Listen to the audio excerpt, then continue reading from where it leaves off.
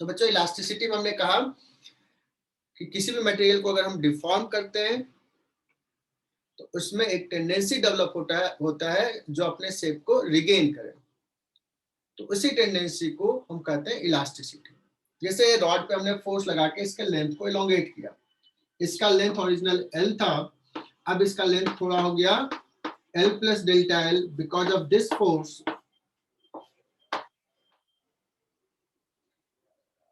अगर हमने फोर्स हटा दिया तो ये अपने शेप को रिगेन कर लेगा। अगर हम कोई क्रॉस सेक्शन कंसीडर करते हैं बच्चों, तो एक्चुअली में क्या हो रहा है, ये मॉलिक्यूल्स जो पहले डिस्टेंस था मॉलिक्यूल्स के बीच में, अब वो डिस्टेंस थोड़ा ज्यादा हो गया है हम फोर्स लगाने के कारण। अब ये दोनों मॉलिक्यूल्स चाह रहा नहीं दूर न जा, अपने इक्विलिब्रियम डिस्टेंस पे आ जाए, तो उसके बीच में एक इंटरनल फोर्स डेवलप हुआ। तो अगर मैं ये क्रॉस सेक्शन कंसीडर करूं तो ये मॉलिक्यूल्स इस पे इधर फोर्स लगा रहा होगा सारे पे, और न्यूटन्स थर्ड लॉ से उल्टा। इसी को बच्चों हम लोग ने टेंशन नाम दिया था। क्रॉस सेक्शन या एक क्रॉस सेक्शन या के दूसरे तरफ वाला मॉलिक्यूल इस तरफ वाले मॉलिक्यूल्स को नेट कितना फोर्स से पुल कर रहा है, दैट इज कॉल्ड टेंशन। समझ में आई बात ये, है ना? तो एक टेंशन डेवलप हो जाएगा रॉड में। अगर मैं बात करूं कि ये ऐसा है, अभी ये रॉड है, इस पे हम कोई फोर्स नहीं, कोई टेंशन नहीं है, but if you apply force in this way, so इसके बीच में एक टेंशन डेवलप होगा। क्यों टेंशन डेवलप होगा? क्योंकि जो हम एटम के बीच का डिस्टेंस को दूर किया है, तो वो दूर नहीं होने जाना चाह रहा, वो चाह रहा है कि अपने शेप में वापस आ रहा है। तो अब बच्चों कुछ टर्म डिफाइन कर रहा हूं।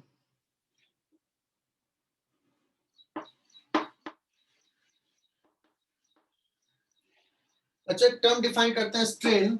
दिस इज रिलेटेड टू कितना डिफॉर्म हम कर पाए। दिस गिव्स इंफॉर्मेशन कितना डिफॉर्मेशन हुआ है। अभी हम लोग अगर बात करें तो अभी रॉड के लेंथ के लॉन्ग हम फोर्स लगाए हैं, रॉड का लेंथ चेंज किया है, तो इस केस में हम बोलेंगे डेल्टा L बाई L, और इस स्ट्रेन को बोलेंगे लॉन्गिट्यूडनल स्ट्रेन।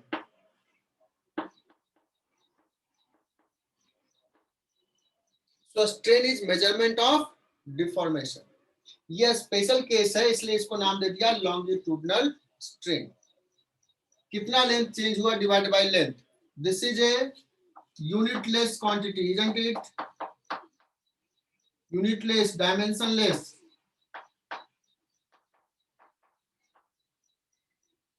और बच्चों दूसरा टर्म आता है दैट इज कॉल्ड स्ट्रेस।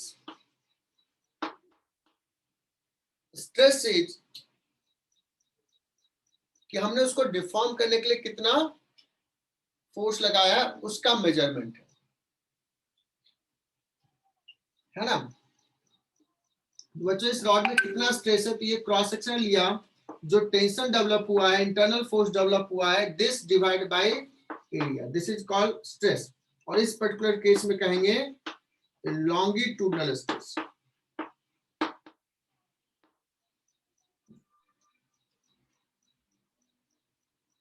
चलो यहां तक में किसी को दिक्कत? अब बच्चे भी सारे ज्वाइन कर लिया, अब हम थोड़ा सा स्पीड बढ़ा सकते हैं, अभी स्लो चल रहा था। तौहीद सईद चलो प्रेजेंट है आज? Yes, sir.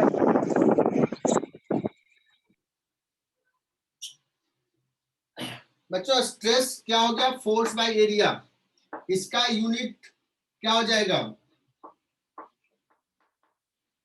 Newton upon metre square. Pressure का यूनिट। प्रेशर वाला यूनिट है ना, ठीक है?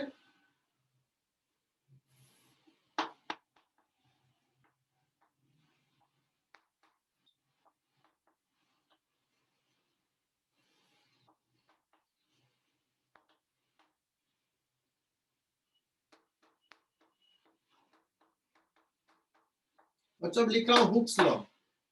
हुक्स लॉ सेज दैट कि फॉर अ स्मॉल स्ट्रेन, अगर हम बहुत ज्यादा स्ट्रेन नहीं प्रोड्यूस किए हैं, so stress proportional to strain होगा। स्ट्रेस इज इक्वल टू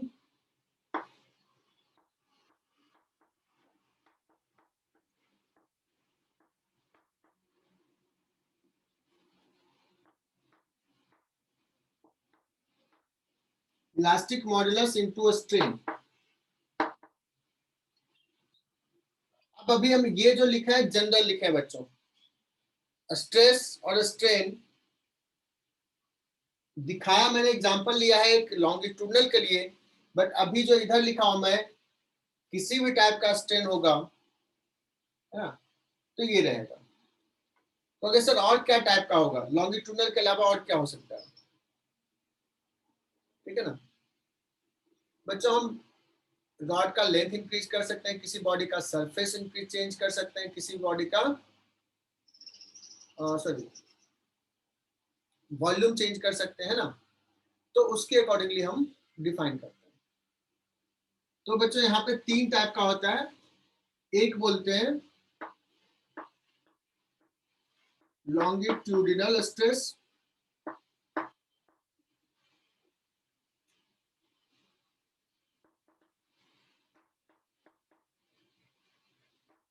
तो ये कैसे डिफाइन है बच्चों? Longitudinal stress, tension by area, मतलब ये क्रॉस सेक्शन में कितना फोर्स डेवलप हुआ है ना, तो फोर्स का क्रॉस सेक्शन का परपेंडिकुलर कंपोनेंट, देखो क्रॉस सेक्शन का perpendicular component divide by area, this is called longitudinal stress.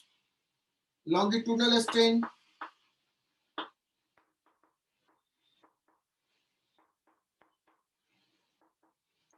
कैसे डिफाइन किया है? Change in length delta L by L, और यहाँ पे अगर लॉन्गिट्यूडिनल स्ट्रेस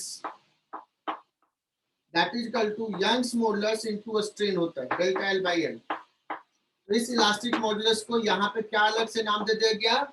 ये जनरल केस ले रहा हूं, ये special case, this is called Young's modulus. बच्चों यहां तक समझ में आया? मैं ये जनरल केस उसका स्पेशल केस डिस्कस किया। अच्छा बताना, ये अगर डायमेंशन लेस है, यूनिट लेस है, तो जो स्ट्रेस का यूनिट होगा वही यंग्स मॉडुलस का यूनिट होगा, जो डायमेंशन स्ट्रेस का वही डायमेंशन यंग्स मॉडुलस। मतलब इलास्टिक मॉडुलाई कोई भी होगा,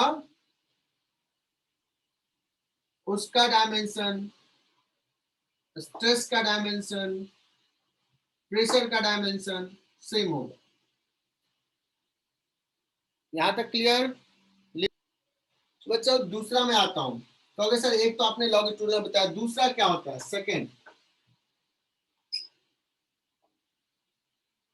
सेकंड होता है बच्चों शियर स्ट्रेस।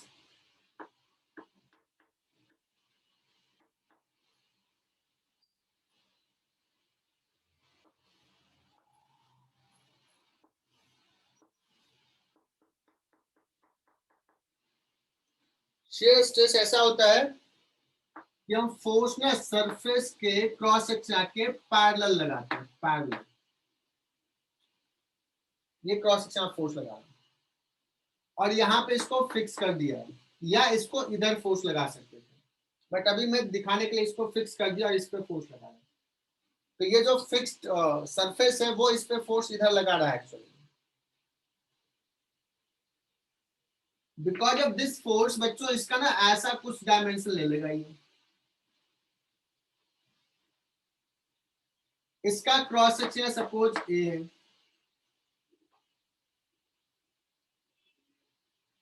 ये से दिनेश टेंजेंशियल फोर्स लगा रहे हैं,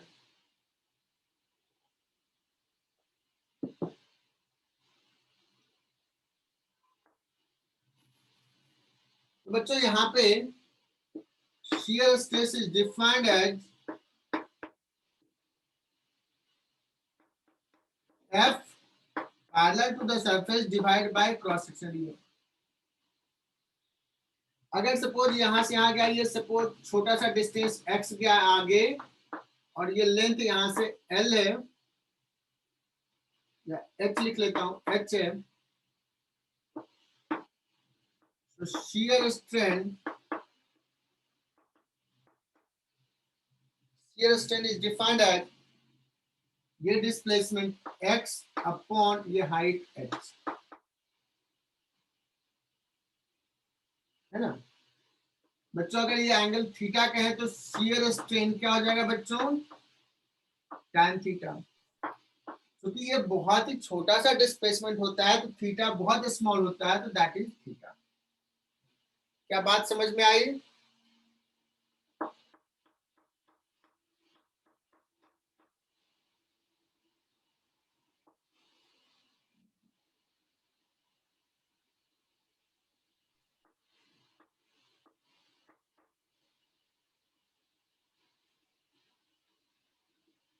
बच्चों अब देखना, यहाँ पे इसको ईटा से भी डिनोट करते हैं या कभी कभी जी से भी डिनोट करते हैं या कभी एस से भी डिनोट करते हैं। अलग अलग जगह पे अलग तुम्हें मिलेगा। अब इसको क्या बोलते हैं,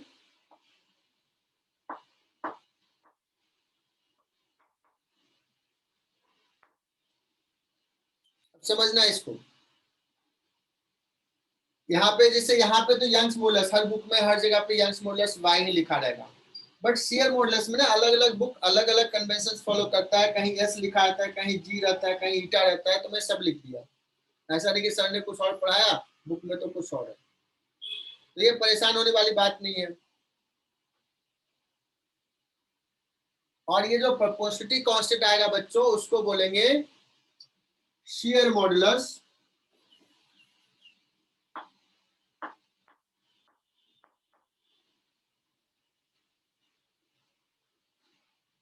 ठीक है, या इसी को बोलते हैं torsional modulus,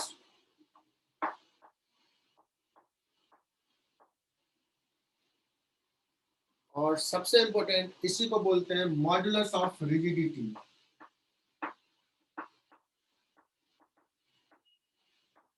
modulus of rigidity बच्चों ये एक ही चीज का सारा नाम है। ये बड़ा आसान सा टॉपिक है, मतलब फैक्ट वाला टॉपिक है। कॉलेज में तो इनफैक्ट ये सब बहुत ज्यादा पढ़ाया जाता है, बिकॉज कुछ दिमाग लगाने की जरूरत है नहीं। मैं ही बता रहा हूँ बच्चों, मैंने कहा यहाँ पे शेयर मॉडुलस को या तो ईटा से रिप्रेजेंट करते हैं या जी से या एस से, ये तीनों चीज से यूज किया रहेगा कहीं पे। इसका नाम क्या क्या है, नाम भी बहुत सारा है। या तो शेयर मॉडुलस बोलते हैं जो प्रोपोर्शनलिटी कांस्टेंट लिया, क्योंकि ये शेयर स्ट्रेस पड़ रहा है।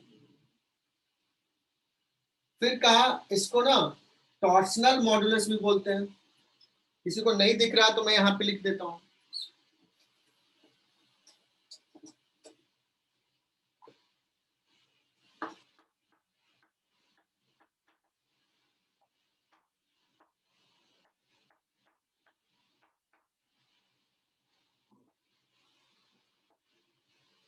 ओके सर, टॉर्सनल मॉडुलस क्यों करते हैं?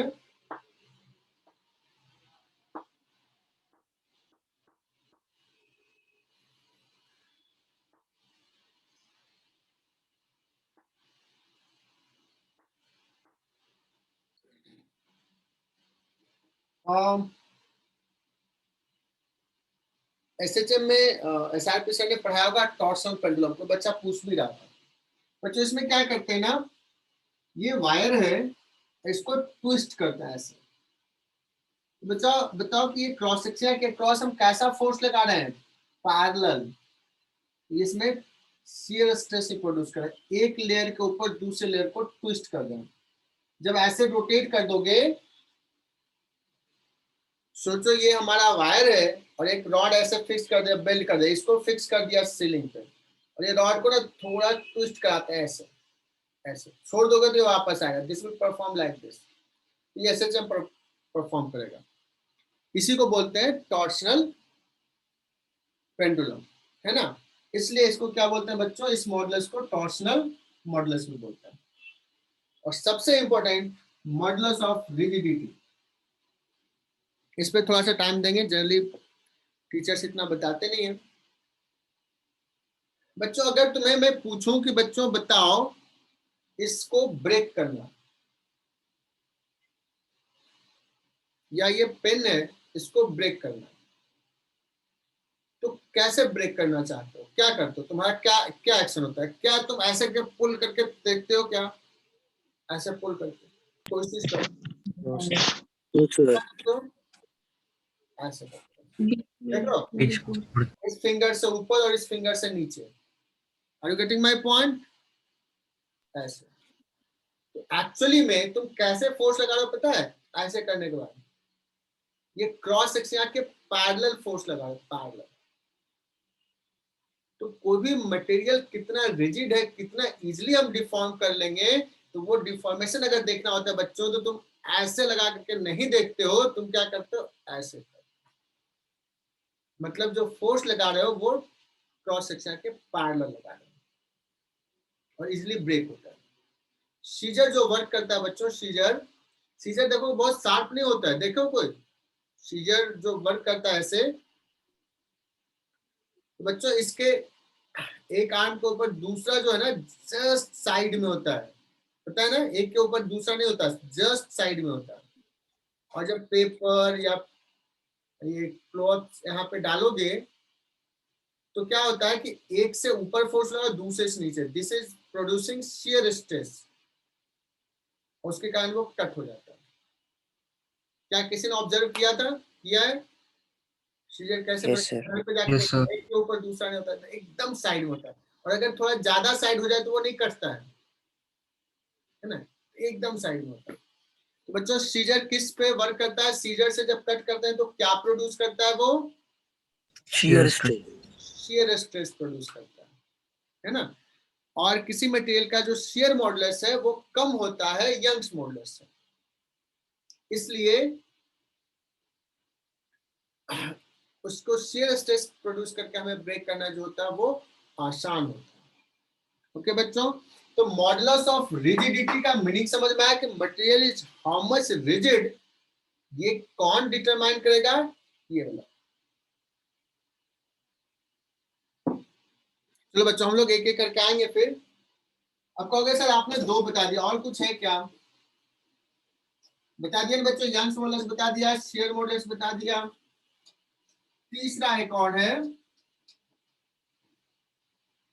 जो बहुत इंपॉर्टेंट है, जिसके बारे में हमने डिस्कस किया है थर्मोडायनेमिक्स में।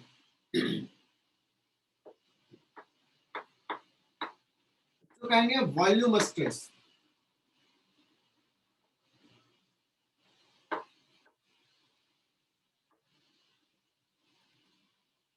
वॉल्यूम स्ट्रेस क्या होगा बच्चों? इसके ना वॉल्यूम को कम करना चाह रहे हैं, वॉल्यूम स्ट्रेन प्रोड्यूस करना। अभी हम लेंथ इंक्रीज किया था, सरफेस के पैरेलल फोर्स लगाया था, वहां पे स्ट्रेन डिस्कस किया था।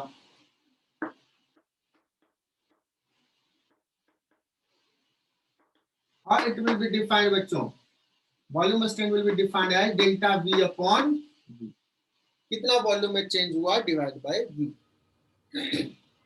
ठीक है? And volume stress is excess pressure. Pressure तो कुछ रहता है, जैसे अभी कोई बॉडी है, इस बॉडी के ऊपर प्रेशर तो भी है, एटमॉस्फेरिक प्रेशर। इसके वॉल्यूम को चेंज करना है तो हमें प्रेशर इंक्रीज करना पड़ेगा। So how much excess pressure we are applying. अरे बच्चों यूनिफॉर्मली स्ट्रेस अप्लाई करना है किसी बॉडी पे, तो उसका मेथड क्या हो सकता है? मैं तुम्हें कहूं चलो हर तरफ से प्रेशर अप्लाई करो यूनिफॉर्म। सो मैकेनिकली बताओ कि क्या पॉसिबल है? एक बॉडी लिया, मान लो एक बॉल है जो तुम घर पे यूज करते हो, वो कौन सा बॉल यूज होता है यार? हाँ स्पंज बॉल। तो उसको अगर तुम ऐसे प्रेस करते हो तो क्या वो यूनिफॉर्मली हर डायरेक्शन से प्रेस होता है क्या? No sir. नहीं सर। अलग ही शेप ले लेता है ना, ऐसे कैसे, कहीं जहां पे फिंगर है वहां थोड़ा ज्यादा, दूसरी तरफ से निकल गया। लेकिन मुझे अगर यूनिफॉर्मली प्रेस करना, उस बॉल का ना साइज बॉल ही रहे और छोटा हो जाए, अगर ऐसा करना है तो मैं एक मेथड बताता हूँ बच्चों। एक पिस्टन लो, इसमें पानी भर दो और बॉल को रख दो। ठीक, अब बताना, अब ये बॉल है, अब मैंने यहाँ पे क्या किया, प्रेशर बढ़ाया, प्रेशर इंक्रीज किया, पिस्टन को प्रेस किया। तो यहाँ पे अगर प्रेशर इंक्रीज हुआ बच्चों तो उतना ही प्रेशर यहाँ भी इंक्रीज होगा, उतना ही प्रेशर यहाँ भी इंक्रीज होगा। That means pressure at every point increases by same amount या डिफरेंट अमाउंट? Same amount. ये कौन सा लॉ है? ये कौन सा लॉ है? अगर किसी इनक्लोज्ड लिक्विड सिस्टम में किसी एक पॉइंट पे हमने प्रेशर इंक्रीज किया, प्रेशर चेंज किया, the same change transmits at every point of the enclosed system. That is called law. Shoham, बोलो। Pascal's law. पास्कल्स लॉ, बहुत बढ़िया, पास्कल्स लॉ। पढ़ाया कि नहीं पढ़ाया? हाइड्रोलिक लिफ्ट किसी पे तो काम करता है। हाइड्रोलिक लिफ्ट फ्लूइड स्टैटिक्स में पढ़ाया होगा बच्चों, ऐसा। देखो बातों बातों में हम क्या पढ़ा रहे हैं, क्या पढ़ाना शुरू कर दिया। अगर यहाँ पे फोर्स F1 लगाया, इसका क्रॉस सेक्शन A1 है ना, यहाँ पे लिक्विड फील्ड है, तो यहाँ भी प्रेशर उतना ही अमाउंट से बढ़ेगा। तो यहाँ पे फोर्स कितना अमाउंट से बढ़ेगा? तो फोर्स F2 अपॉन A2, ये हो जाएगा बच्चों प्रेशर। तो प्रेशर में चेंज सेम होगा, F1 बाई A1 का। F2 कितना हो जाएगा? A2 by A1 into F1। तो यहां से फोर्स जो जनरेट होगा A2 बाई A1, सपोज ये 1000 टाइम्स ग्रेटर है, 1000 टाइम्स अगर ग्रेटर है A2 A1 से, हो सकता है बहुत बड़ा चीज नहीं 1000 टाइम्स ग्रेटर होगा। अगर 1000 टाइम्स ग्रेटर है तो F2 कितना हो जाएगा? 1000 टाइम्स ऑफ F1। मतलब अगर किसी ने 100 न्यूटन का फोर्स यहाँ पे लगाया, तो यहाँ पे 100 into 1000 Newton,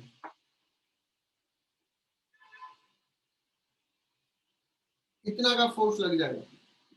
so this is the use to raise, और जो बड़ा अमाउंट, सॉरी कुछ बड़ा चीज है, हैवी चीज है, काइंड ट्रक, कार या एनीथिंग, उसको लिफ्ट करना है ना,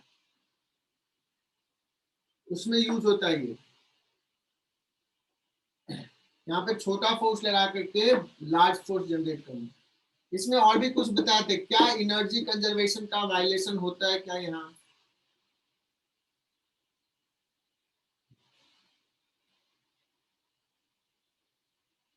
अश्विन को याद है कि ये डायग्राम ड्रॉ किया है क्या मैंने? सर डीपीडी सर ने बताया था। मैंने भी बताया होगा यार, फ्लूइड स्टैटिक्स पढ़ाया, फ्लूइड स्टैटिक्स पढ़ाया ना तुम लोगों को? नहीं पढ़ाया? नहीं सर। नहीं पढ़ाया? यार जे बैच को मैंने फ्लूइड स्टैटिक्स पढ़ाया, तुझे नहीं पढ़ाया? अच्छा चलो, मुझे ध्यान नहीं तुम्हारे बैच को पढ़ाया। चलो, तो एनीवे, तो अभी हम क्या बात कर रहे थे कि अगर मुझे चारों तरफ से सेम टाइप का प्रेशर अगर जनरेट करना है बच्चों, तो हम ये मेथड यूज करते हैं। वाटर में रख दिए और उसको प्रेस कर दिया, हर डायरेक्शन से यूनिफॉर्मली प्रेशर लगेगा। तो इसलिए इसको वॉल्यूम स्ट्रेस को ना हाइड्रोलिक स्ट्रेस भी बोलते हैं।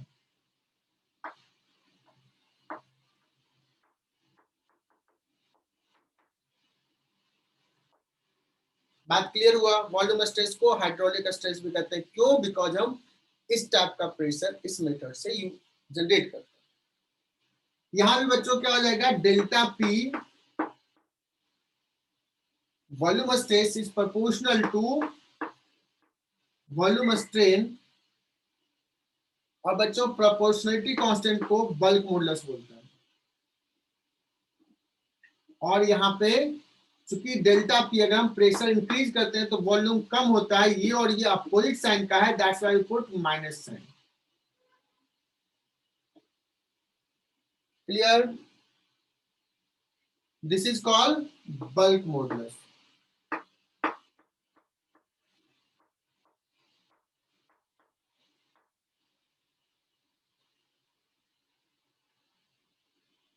इसको कभी कभी के से भी डिनोट करते हैं, है ना।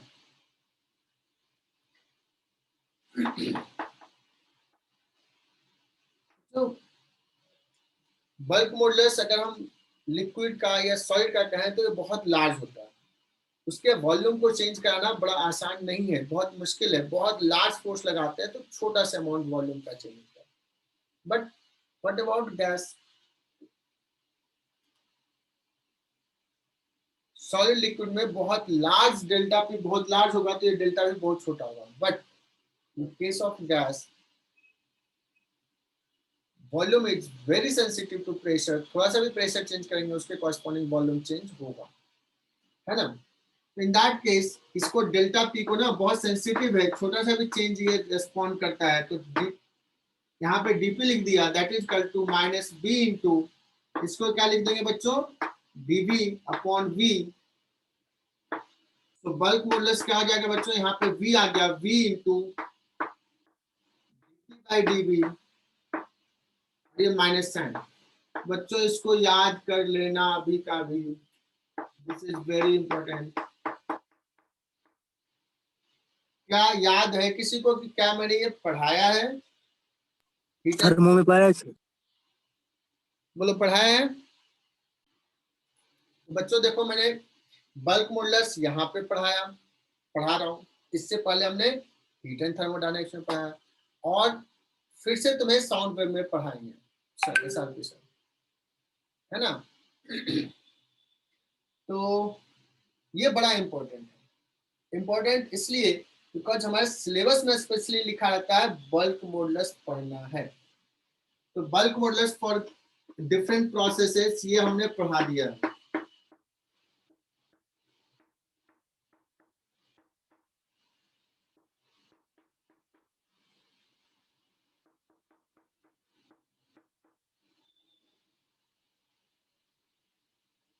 जैसे लाइक आइसोथर्मल प्रोसेस, किसी को याद है क्या? पी होता था टेम्परेचर कांस्टेंट होता है, bulk modulus is equal to pressure आ जाता था, यही क्वांटिटी का होगा, बहुत ही सिंपल सा है। इंडियामेटिक में गामा पी। हाँ तुम लोगों को याद होगा बल्क मॉडुलस में डीपी बाई डीवी जो होता था, सॉरी स्लोप आइसोथर्मल प्रोसेस में होता था माइनस पी बाई वी होता था, कम से कम इतना तो याद है। और एडियाबेटिक में डीपी बाई डीवी कितना होता था, slope minus gamma P by. तो अगर ये याद है तो देखो ये v को इधर लेके आ जाओ और माइनस साइन लगा दो तो ये p हो जाएगा। तो bulk modulus is equal to p किस प्रोसेस के लिए, आइसोथर्मल। और दोबारा पढ़ा रहा हूं, ये बच्चों इंपॉर्टेंट है, 3 स्टार मार्क 4 स्टार मार्क लगा दिया। For adiabatic process gamma P, bulk modulus of a gas is gamma p, gamma क्या है पता है तुझे। और for any polytropic MP, p v to the power m is equal to constant के लिए बल्क मॉडुलस क्या हो जाएगा, m टाइम्स ऑफ p। जैसा इसका करेंगे यहाँ पे m आ जाता है तो m टाइम्स ऑफ p। और सवाल बच्चों हम कैसा पूछेंगे टेस्ट में, t v square equal to constant का बल्क मॉडुलस क्या होगा, ऐसा पूछ लिया।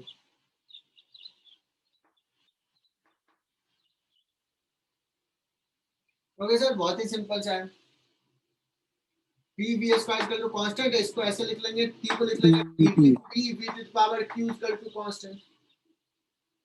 सो m कितना है यहाँ पे 3, तो बल्क मॉडुलस कितना आ जाएगा बच्चों 3p। बात समझ में आई? ये 5 मिनट में हमने एक अच्छा चीज को रिवाइज कर लिया और इसमें अगर गड़बड़ियां करोगे तो बहुत भयंकर डांट लगेगी। दूसरी बार बता रहा हूँ और तीसरी बार एसआरपी सर पढ़ाएंगे कहाँ पे, साउंड में। अब तो पढ़ लो बच्चों। अगर मैं बात करूं, चलो देखो नजर लग गई, मैंने कहा था आज 45 बच्चे हो गए, देखो 43 हो गए। मैंने कहा था कि अगर बल्क मॉडुलस ग्रेटर है बच्चों तो उसको कंप्रेस करना आसान है या टफ है। मान लो तुमने 100 पास्कल का प्रेशर लगाया, तो बल्क मॉडुलस अगर बड़ा होगा तो ये छोटा होगा delta V, it is hard to compress.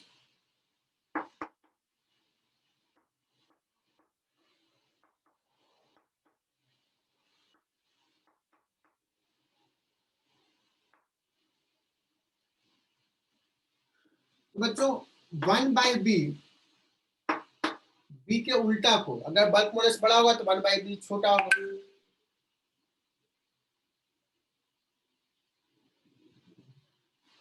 इसको बच्चों बोलते हैं कॉम्प्रेसिबिलिटी।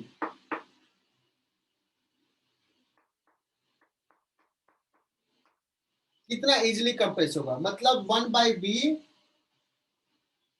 को कंप्रेसिबिलिटी कहते हैं। अगर b बड़ा है बच्चों तो 1/b छोटा होगा। छोटा होगा मतलब ये बहुत कम कंप्रेसिबल है, इजीली कंप्रेसिबल नहीं है, छोटा है।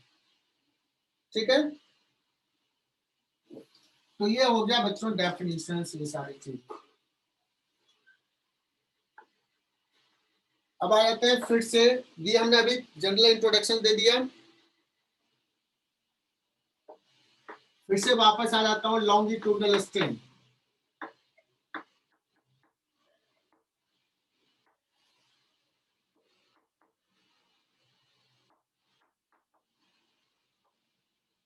सबसे ज्यादा फोकस इसी पे करेंगे।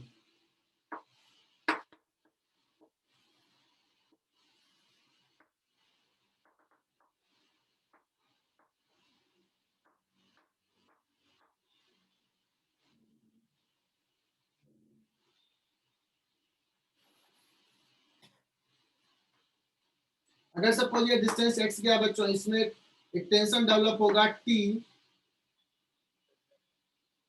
और अभी देखो तो ये टेंशन यहाँ पे कहो, यहाँ पे कहो, यहाँ पे कहो, हर पॉइंट पे टेंशन क्या हो जाएगा, F के बराबर। That means stress is same at every point of the rod, at every cross section area।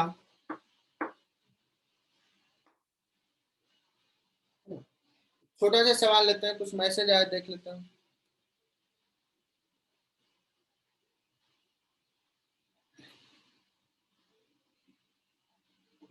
अगर मैं कह दूं कि ये मटेरियल, ये cross section a equal to suppose 2 centimetre square है, Young's modulus of the material is 1.0 into 10 to the power 11 newton per metre square है। F is equal to suppose 100 newton का फोर्स लगाया, तो डेल्टा एक्स कितना होगा if L is equal to 1 metre,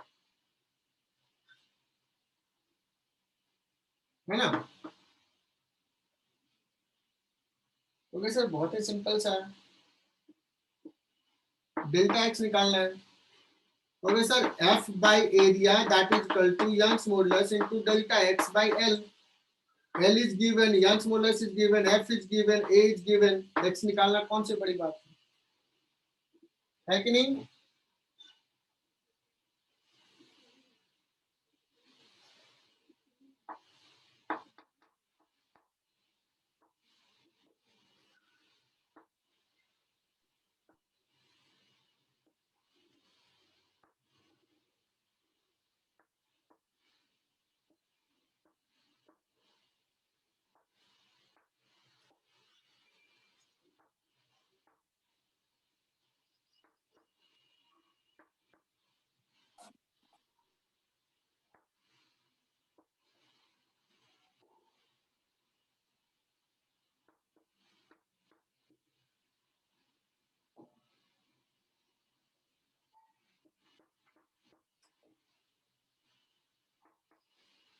बच्चों एक ऐसा सिस्टम लेते हैं, बहुत छोटा सा सवाल ले रहा हूँ। ऐसा सिस्टम लिया, 2 ब्लॉक है। अगर मैं पूछूं कि what is the stress in wire 1 upon stress in wire 2, क्या होगा बच्चों, कैन यू फाइंड दिस।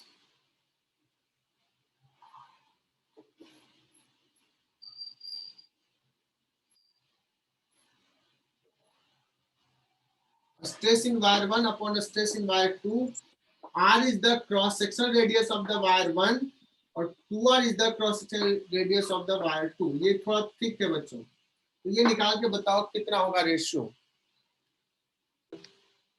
बच्चों ये तो बड़ा आसान सा सवाल है, क्यों दिक्कत आ रही है। तो अगर stress of 1 upon stress of 2 तो क्या कहोगे, F1 by A1 upon F2 by A2। So this ratio is equal to हो जाएगा F1 बाई F2 और A2 बाई A1। बताना F1 कितना है, F1 इज इक्वल टू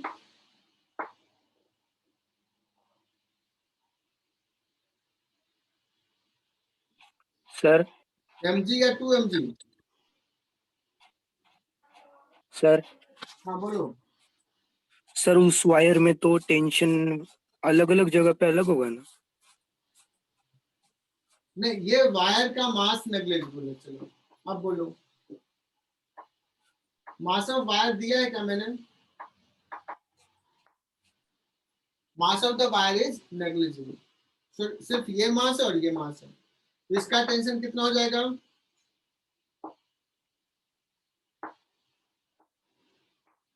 इसका टेंशन कितना हो जाएगा,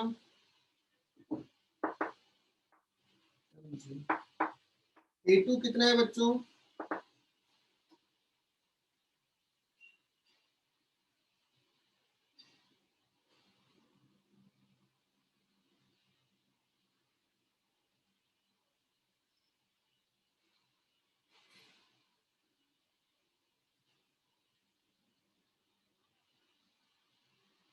A2 कितना है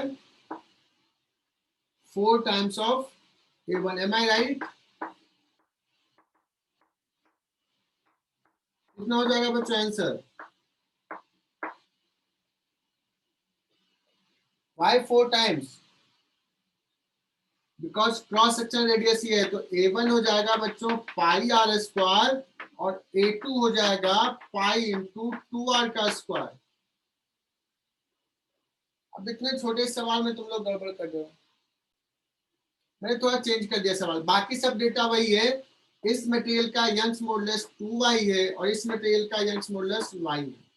अब अगर मैं पूछूं कि इसमें इलोंगेशन हो गया डेल्टा L1 और इसमें इलोंगेशन हो गया डेल्टा L2, लेंथ दोनों का हमने सेम ले लिया है, तो ये क्या होगा इसी सवाल में,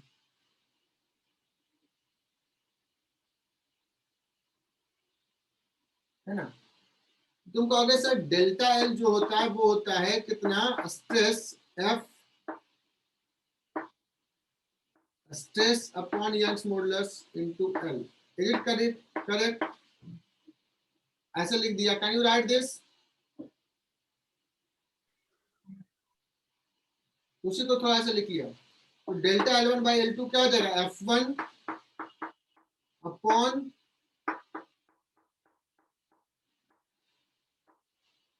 F1 upon A1 Y1, L तो सेम है, into A2 by 2 upon F2। Am I right बच्चों?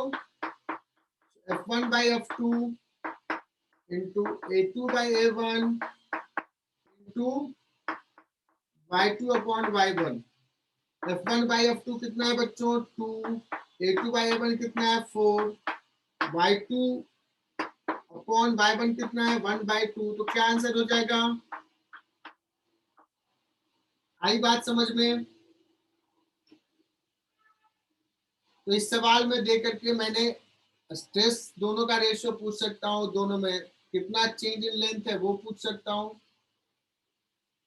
कैसे करना वो समझ में आ गया होगा।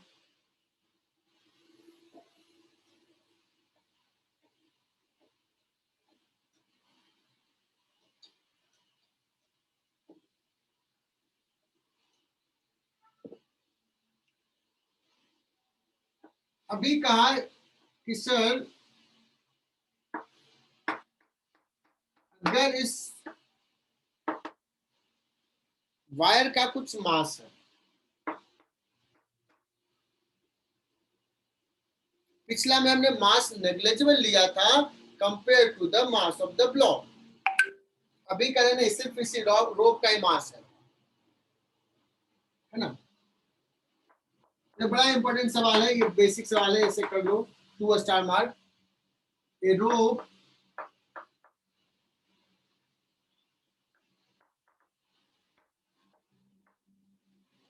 is hanging vertically, find elongation in the rope due to its own weight। बहुत इंपॉर्टेंट सवाल है।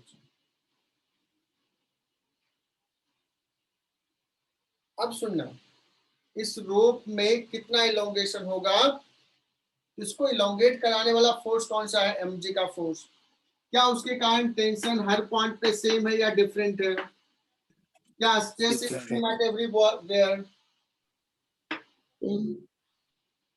बच्चों स्ट्रेस सेम नहीं है, यहाँ पे कोई टेंशन नहीं है, यहाँ पे कुछ टेंशन और यहाँ पे टेंशन किसके बराबर है, mg के। अगर मिड पॉइंट पे टेंशन पूछूं तो mg/2 का होगा। दैट मींस डिफरेंट पॉइंट पे टेंशन डिफरेंट है।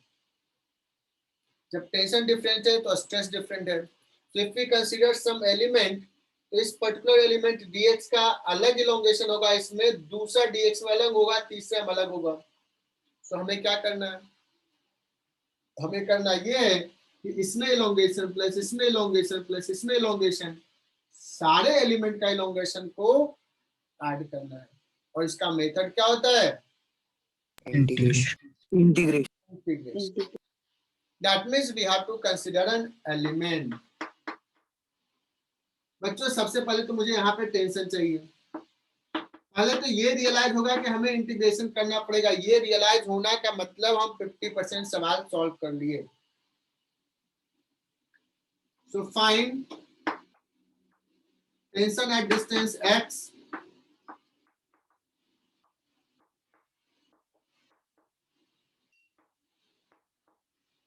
from lower end।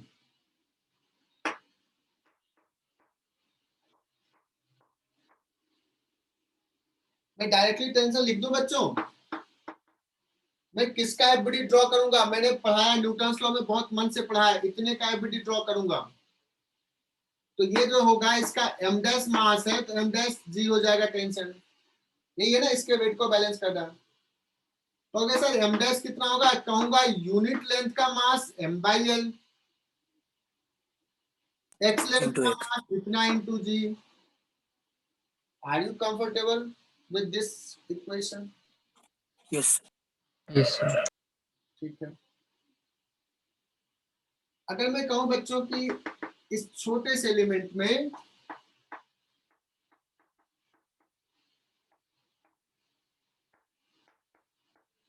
consider an element of the length dx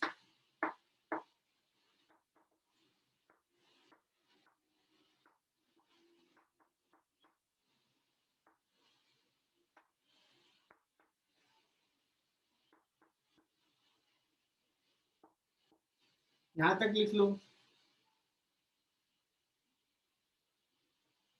क्या लिखूंगा बच्चों, tension upon cross sectional area जो हो जाएगा वो हो जाएगा यंग्स मॉडुलस इनटू छोटा सा उसका चेंज इन लेंथ dl।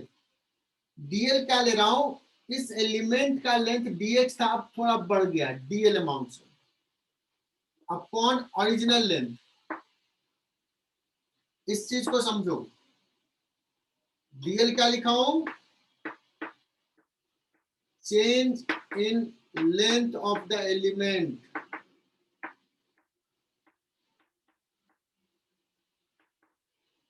अब ये मुझे पता है 50% बच्चों को नहीं समझ में आया होगा।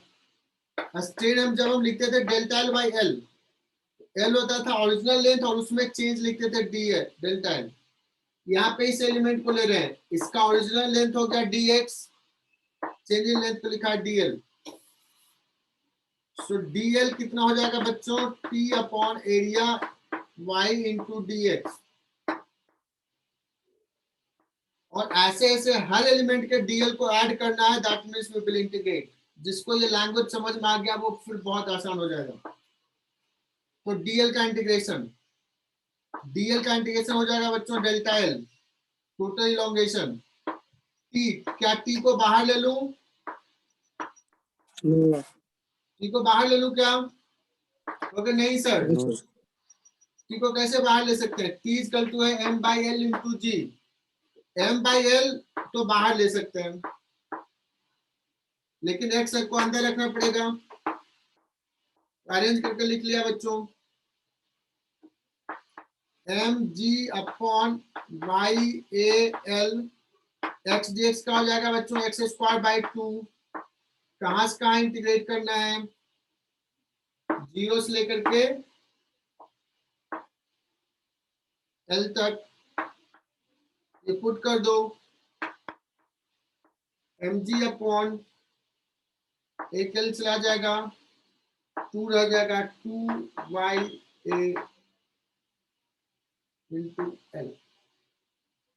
बच्चों यही हो जाएगा इलोंगेशन। इसको देखोगे कुछ बहुत बड़ा नहीं है, mg अपॉन 2 है इंटू 1 अपॉन y है इंटू l।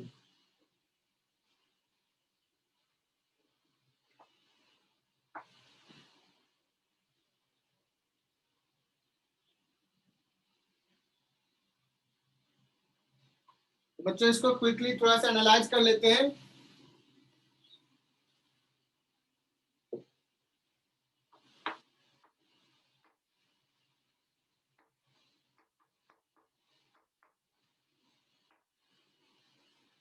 देखना बच्चों, इसमें कॉमन मिस्टेक क्या करते हैं, ये सोचते हैं डायरेक्टली लिख लेते हैं stress equal to Young's modulus into strain, ये बच्चों को याद होता है।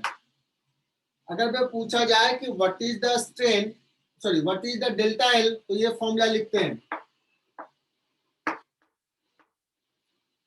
डायरेक्टली अपने मन से स्ट्रेस को क्या लिख देते हैं, mg by A, mg force लग रहा है, और इसको लिख देते हैं y, और स्ट्रेन हो गया डेल्टा एल बाई एल। यहां से डेल्टा एल क्या लिख लेते हैं, mg बाई ए हो गया stress upon y into L, ये लिख लेते हैं। हमें क्या आया बच्चों, क्या डिफरेंस आ रहा है इन दोनों में? क्या डिफरेंस आ रहा है बच्चों? 2 का फैक्टर है। तो ये सही है और ये गलत है, क्यों? बिकॉज आपने स्ट्रेस यहाँ पे क्या ले लिया है, mg बाई ए, वो तो स्ट्रेस सिर्फ यहाँ है, इधर तो और कम है, स्ट्रेस तो कम होते जा रहा है। समझ में आ रही है बात? और हमने देखा स्ट्रेस कैसे चेंज हो रहा है बच्चों, x के प्रोपोर्शनल, एकदम ध्यान से देखना, x के प्रोपोर्शनल। और जब लीनियरली चेंज होता है कोई क्वांटिटी, तो उस केस में क्या करते हैं बच्चों, एवरेज वर्क करता है। अगर लीनियर चेंजेस होते हैं तो क्या करते हैं, एवरेज ले सकते हैं ना। तो सुनना यहाँ पे, यहाँ का स्ट्रेस क्या है, 0, यहाँ का स्ट्रेस कितना है, mg बाई ए, यहाँ का 0, तो एवरेज कितना हो जाएगा, लीनियरली चेंज कर रहा है, mg बाई 2a। इसलिए यहाँ पे स्ट्रेस के जगह पे mg बाई ए की जगह अगर mg बाई 2a ले लोगे तो हमारा आंसर क्या हो जाएगा, सही आ जाएगा। तब ये सही हो जाएगा बच्चों।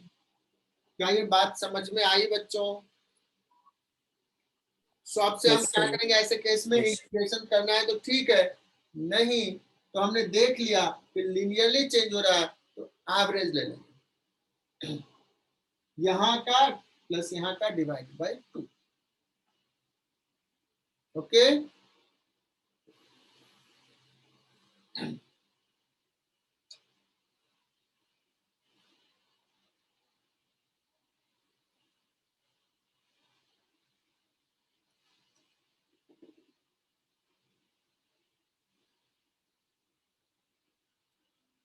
बच्चों ये द सेम थिंग,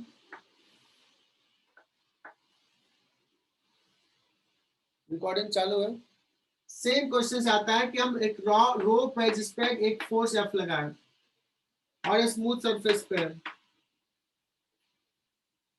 अगर ये फिक्स किया होता अब तो नॉर्मल करते, टेंशन हर क्रॉस सेक्शन यहाँ पे सेम होता है F के बराबर, बिकॉज ये रेस्ट में होता, बट ये छोड़ दिया, फ्री है। क्या होगा बच्चों, ये रो रेस्ट में रहेगा या मूव करेगा? मूव करेगा। यहाँ पे अगर पूछा जाए इस इन से टेंशन x डिस्टेंस में कितना होगा, तो बहुत ही सिंपल से करोगे कि इसका एफबीडी ड्रॉ करोगे। What is the acceleration of this rod? और से F by m। Tension here, ये न्यूटन्स लॉ में करा चुके हैं बच्चों इसी दिन के लिए, कि मैंने ये सब करवा दिया हूँ। टेंशन एट डिस्टेंस x, ये टेंशन इसको एक्सेलेरेट करा बच्चों, m dash into a। m dash क्या हो जाएगा? m by l unit length का मास, इतने का मास एक हो जाएगा F by m।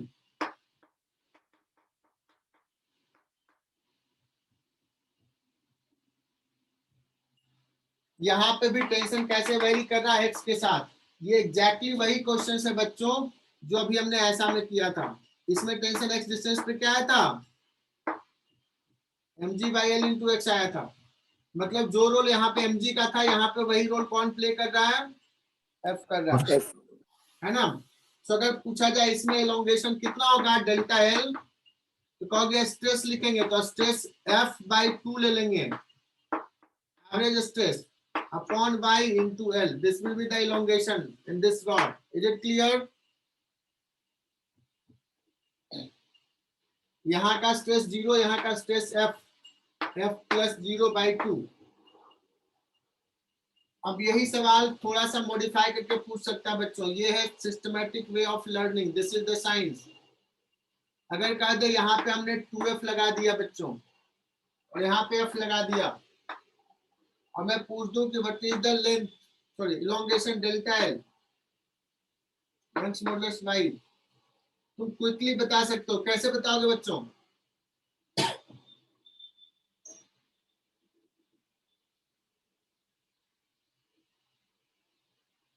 अगर बेसिक से करोगे तो कोई भी इस पॉइंट पे स्ट्रेस टेंशन निकाल सकते हो बेसिक से और इंटीग्रेट करके ला सकते हो। बट मैं स्टार्ट करता हूँ, यहाँ पे टेंशन T बढ़ते, सॉरी टेंशन F के बराबर होगा, बढ़ते जाएगा यहाँ पे 2F होगा। एवरेज स्ट्रेस क्या हो जाएगा? F by A plus 2F by A divided by 2, that is equal to 3F by 2A। तो डेल्टा यहाँ पे क्या आ जाएगा? ना F लिखेंगे ना 2F लिखेंगे, क्या लिखेंगे? 3F by 2। यंग्स मॉडुलस नीचे आएगा, L मल्टीप्लाई हो जाएगा। This will be answer. Is it clear?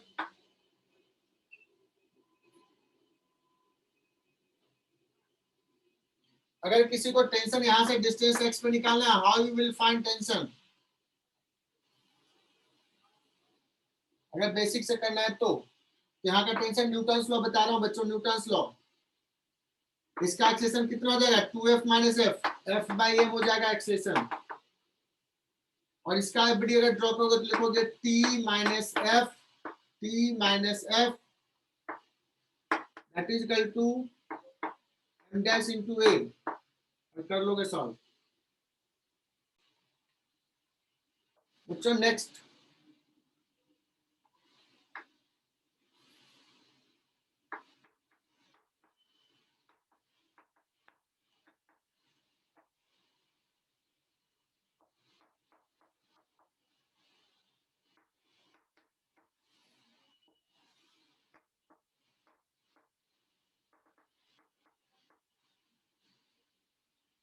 बच्चों, ये इलास्टिक वायर को ना एज ए स्प्रिंग मान सकते हो। तो सर कैसे हम स्प्रिंग के जैसा ट्रीट करें? तो अगर मान लो कोई स्प्रिंग होता है, उस पे एक फोर्स F लगा है, इलोंगेशन x हुआ है ना। तो यहाँ पे लिख देते हैं F इक्वल टू क्या लिखते हैं? kx। यहाँ पे देखते हैं क्या लिखेंगे बच्चों? F by A is equal to क्या होता है? Young's modulus into x by L, x हो जाएगा elongation. So F is equal to क्या हो जाएगा बच्चों? y A upon L into x। So compare करो स्प्रिंग और इसमें इलास्टिक वायर में, तो फॉर्मेट सेम है बच्चों, है कि नहीं same? That means this will behave like spring constant K। Is it clear?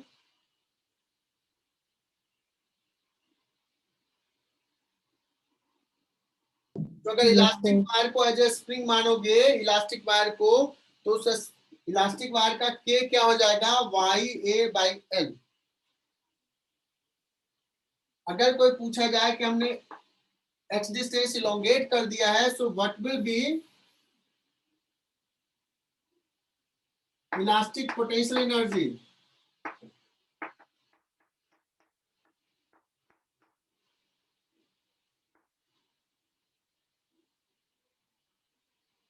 और इससे एक और फायदा होगा, जैसे ये ले लिया, अगर कोई सवाल ऐसे पूछ सकता है बच्चों, एक वायर है, एक मास m हैंग कर रहा है, इसका मास नेग्लिजिबल नहीं है, इसका Young's modulus A, cross section A, length L, और कहेगा इसको थोड़ा सा नीचे पुल कर लिया और ये SHM करेगा, what is the time period.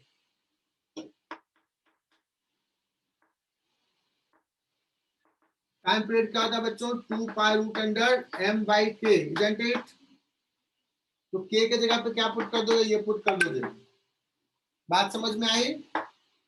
So time period हो जाएगा 2π√m/k, k की जगह पे हो जाएगा YA/L। This will be your answer. तो ये समझा दिया कि इसको इस टाइप से ट्रीट करेंगे तो क्या फायदा है। नेक्स्ट हम लोग डिस्कस करने वाले हैं elastic potential energy store. Okay sir, ये तो होता है हाफ के एक्स स्क्वायर, हाफ के एक्स स्क्वायर।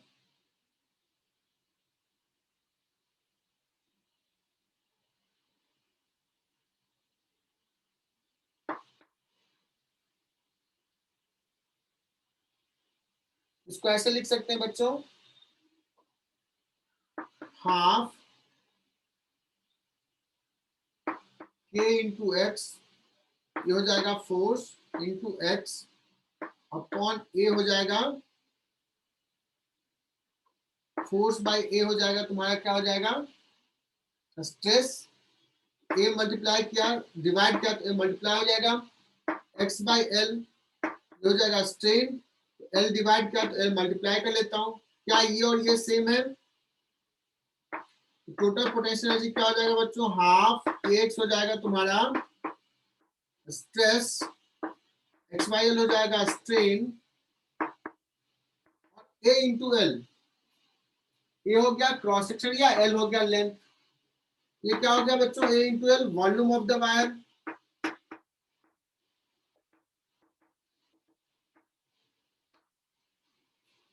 ये total elastic potential energy store. ये वॉल्यूम ऑफ द वायर को इधर लेके आ जाओगे तो क्या हो जाएगा, energy density, energy per unit volume. Elastic energy density क्या आ जाएगा, half into stress into strain. Elastic energy density wire में कितना हो जाएगा, half into stress into strain. यहां तक लिख लो और आज का क्लास मैं यही फिनिश करता हूं।